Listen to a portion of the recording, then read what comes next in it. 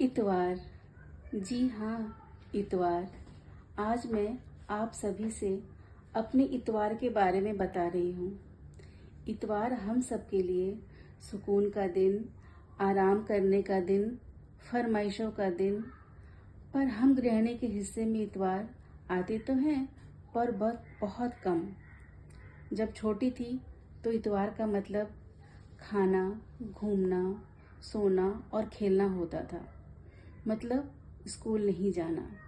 हमें तो ये भी नहीं पता होता था कि हमारी स्कूल यूनिफॉर्म कैसे और कौन धोता था। हमें तो मतलब था बस सहेलियों के साथ खेलना। जी हाँ, तब मोबाइल फ़ोन नहीं था। हम सब सहेलियाँ बहुत सारे खेल खेलते थे।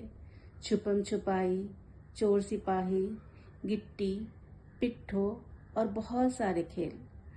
पर जब थोड़े बड़े हुए, कॉलेज पहुँचे, तब इतवार का मतलब था पढ़ाई करनी है, नोट्स बनाने हैं।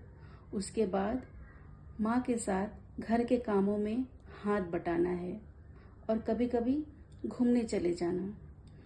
फिर शादी हुई, तब पति के साथ गृहस्थ जीवन में कदम रखा।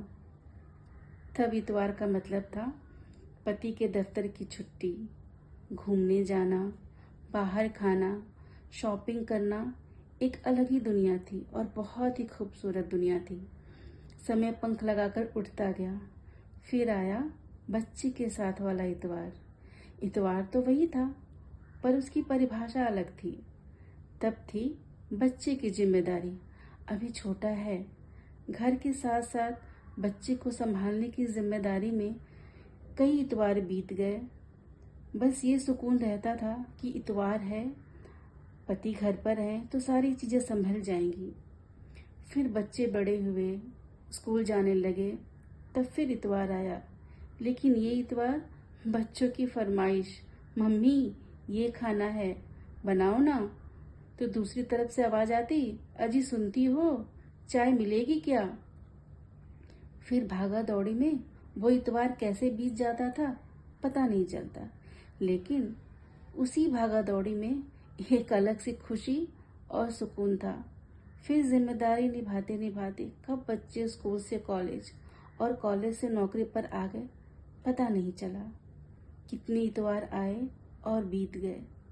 बच्चे अपने अपने कामों में व्यस्त हो गए और अपने अपने कार्यस्थल चले गए। फिर आया इंतजार वाला इतवार। इस इतवार बच्चे आएंगे, उनकी पसंद का खाना बनाऊंगी, उनके साथ घूमने जाऊंगी। बच्चों के साथ अपनी सारी इतवार मैं एक साथ जी लेती थी। अब सोचती हूँ कि सारे इतवार मेरे हों।